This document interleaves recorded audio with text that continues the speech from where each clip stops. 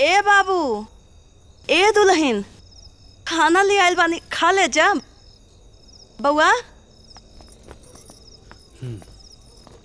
हे भगवान, ई का बनौनी हा?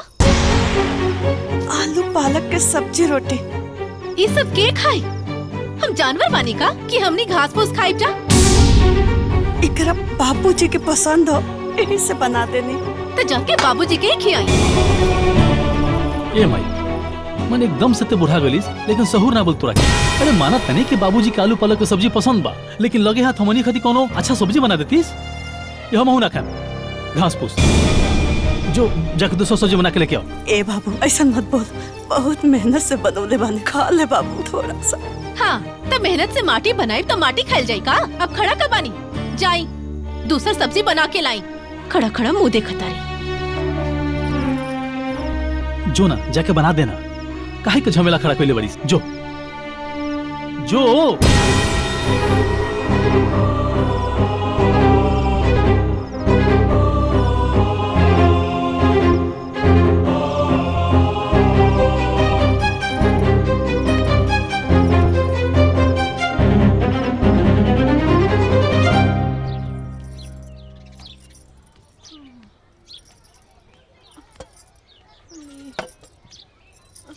बैठा।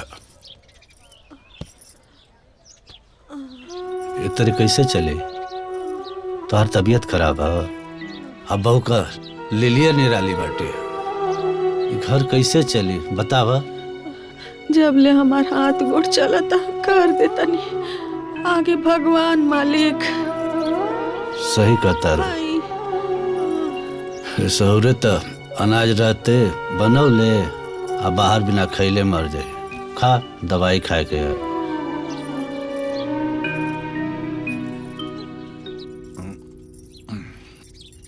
अच्छा है लगे बड़ू। जब काम करे के रहे तो तबीयत खराब, और जब काम हो जाए तो तबीयत ठीक। और का करती अगर ये उपाय ना लगेगी ना, तो राव और माई तो हमरा के खटा खटा के मार डालती। सबसे अच्छा तो ई भाई कि रउआ के पहले सब बता देनी कि डॉक्टर का बतैले बा, ना तो सासू माँ के तो विश्वास ना होखत कि हम बीमार बानी। का करी, जौन दिल लग गई बा तोरा से। अरे खाई। हाँ हाँ खाते तबाटी। देखा तानी आपन बेटा पतो के करतूत।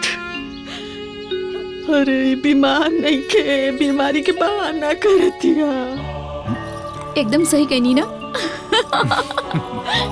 हमके ये हालत में खटा होती। अरे एकरा के सेवा करे के चाहिए हमार, तो हमसे सेवा करवावती। ये मिलल भी हमके पतो। का करबो, जब अपने लड़का नालायक निकल गई, बहू के बहकावे में आ गई। अरे जब अपन खुनापन ना भइल तो दूसरा कैंसे आयल बिया, ओकर कवन दोष। चला चला छोड़ा, चला यहाँ से।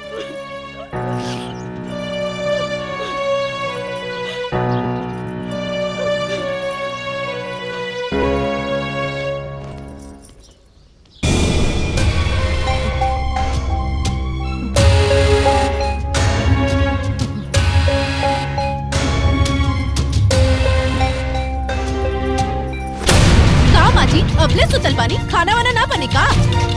बनाई। बेटिया, हमार शरीर एकदम बुखार से जरता, हमरे देही में बहुत दर्द बा।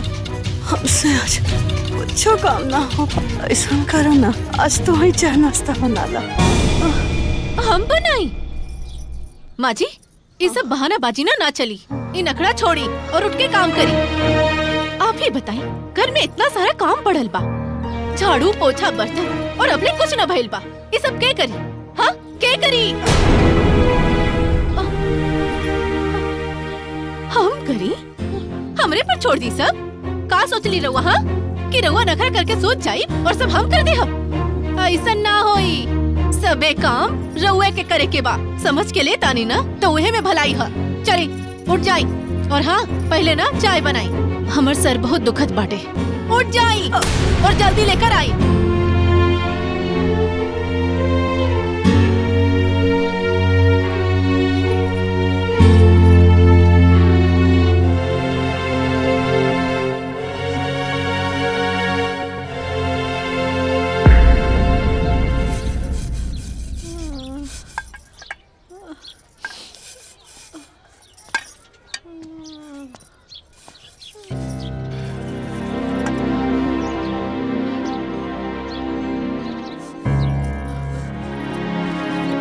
रवि, ए बहू, ए रबिया।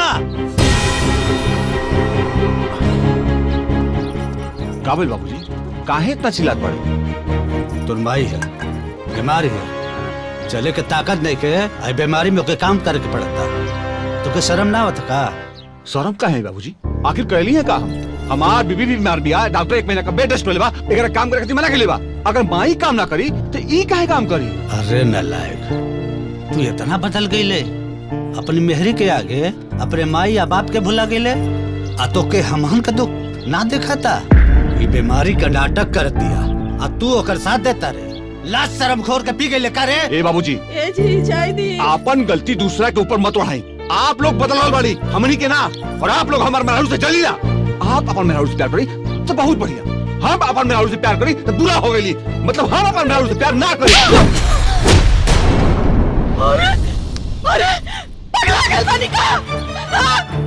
जवान बेटा पर हाथ उठा बतानी होकर मेहरारू के सामने। आज दूध का दूध पानी का पानी हो जाएगा। करे हम तोरा के कम मना कर कबल बीबी से प्यार मत कर। बाकी तो बीबी जो करती है ना वो ठीक बका, ठीक बा ना ना ठीक करती है तो समझावत का लेके। अरे बाबूजी, हम का कहले बानी जे बिना वजह के हमरा के बीच में ले आवतनी? ई राउर के बेटा बड़े ना, तो रउआ इनका के बोली हमरा के ना तो ठीक ना होई, एकदम ठीक ना होई। का ठीक ना होई? का ठीक ना होई? यहाँ से हट जो, नहीं तो जवन झापड़ मारब ना कि मुंह टेढ़ा हो जाए। हमरा के झापड़ मारब? मारी हमरा के झापड़ मारी मारी ना हमरा के झापड़। पगला गल बानी का जी? आप पतोही के क्यों मारे लगा? अरे बुढ़िया, तू तो तहर नाटक बंद करा। हमरा के मार खेली हा और चापलूसी करता रू। हाँ बस बहुत हो गई। अब तू लोग के साथे हम ही घर में एको पल ना रहब। आज आज के आज तू लोग अपन देखा, हमनी के अपन देखा। तू लोग अपन खाना बना के खइया, हमनी के अपन बनाई। और रउआ भी कान खोल के सुन ली, आज इहे वक्त से ई लोग के घर से अलग कर दी, ना तो हम अभी अपन माई के चल जाई। हो जाला दीक्षा, जो हमरे किस्मत में लिखल होई होई। हाँ आज ये होई। आज से तू लोग से हमारा कौन रिश्ता ना, आज से तू लोग और हम लोग अलग। ए बेटा हमनी का अलग बात कर रहे, हम ना जी पाइब रे। ए बेटा हम बिना ना जी पाइब रे, ना जी पाइब रे बेटा, ना ए बेटा। बात आई ना, आज से तो से हमारा कौन वास्ता ना, आज से तुम्हारा माई ना, और आज से हमारा बाप ना, और ना आज से हम तो का बेटा।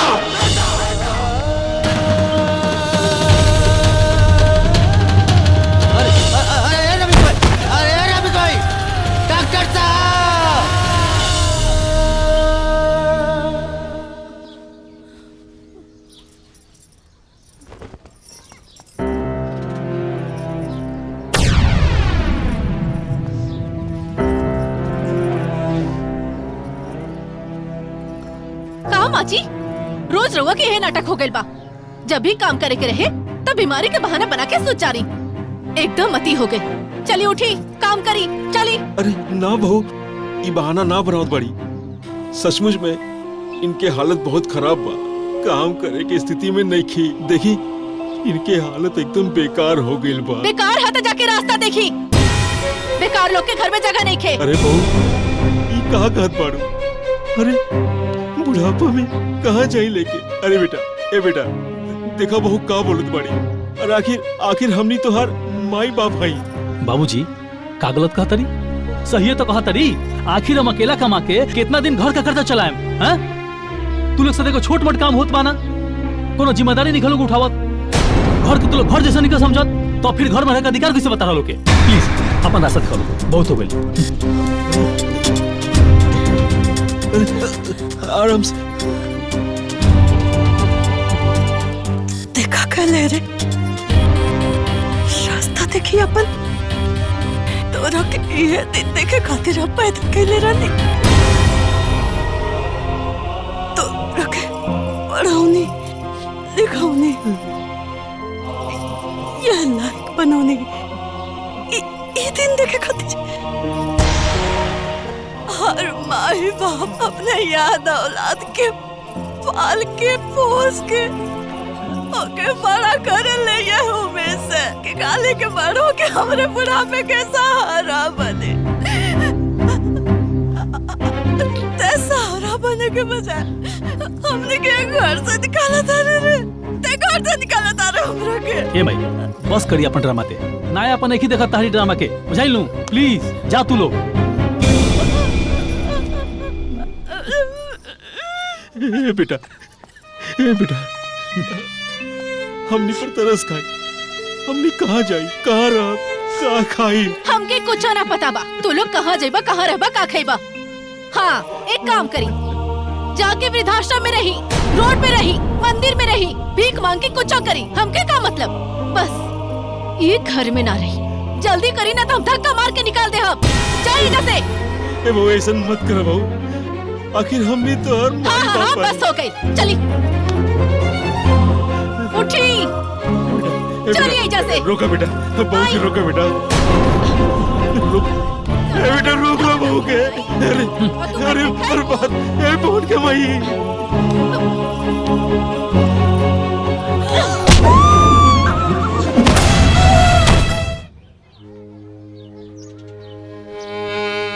डॉक्टर साहब का भइल?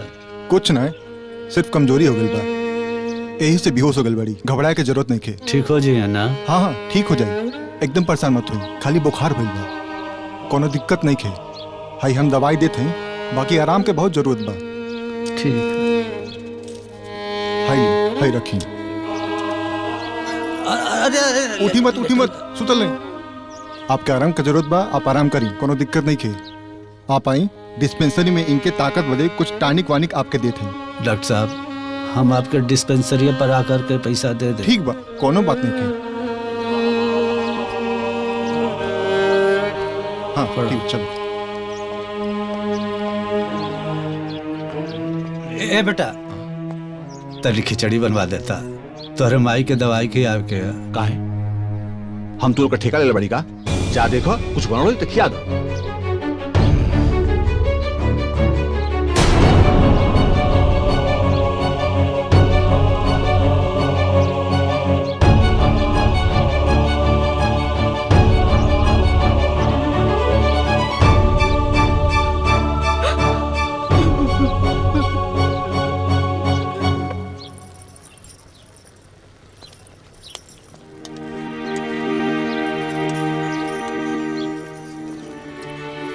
दुल्हन तनी खिचड़ी बना दे तू, तोरे सास के दवाई के आपके।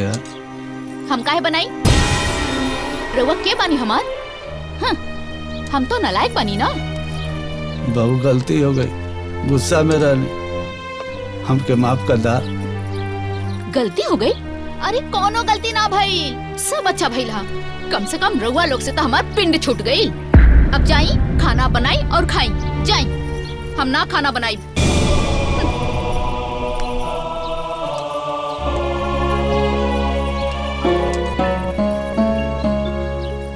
अरे जाई, यहाँ खड़ा कहाँ है? जाई, खाना बना के देती। हम नालायक बनी और खाना बनाई।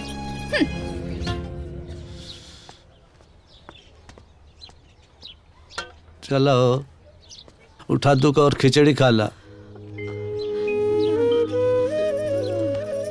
हमार तन को मन नहीं के ना खाए। पगला गई लो का? देख लो ना डॉक्टर काका ना, बिना कुछ खैले दवाई ना खाए के। हम कैसे उठी? हमके तन को ताकत नहीं के। कोनो बात ना, हम तो के उठा खिया देते। चला उठा तो आराम से। हाँ संभाल अपने आप के।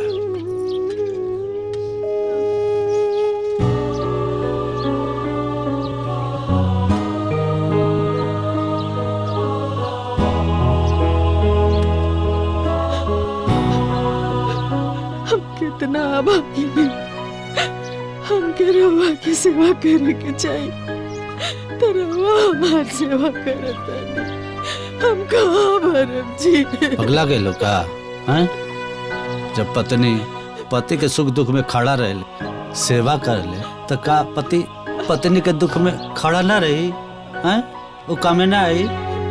अरे जब पूत का पुत निकल जाना सना तो ई दिन देखे के पड़ेला। ला खा।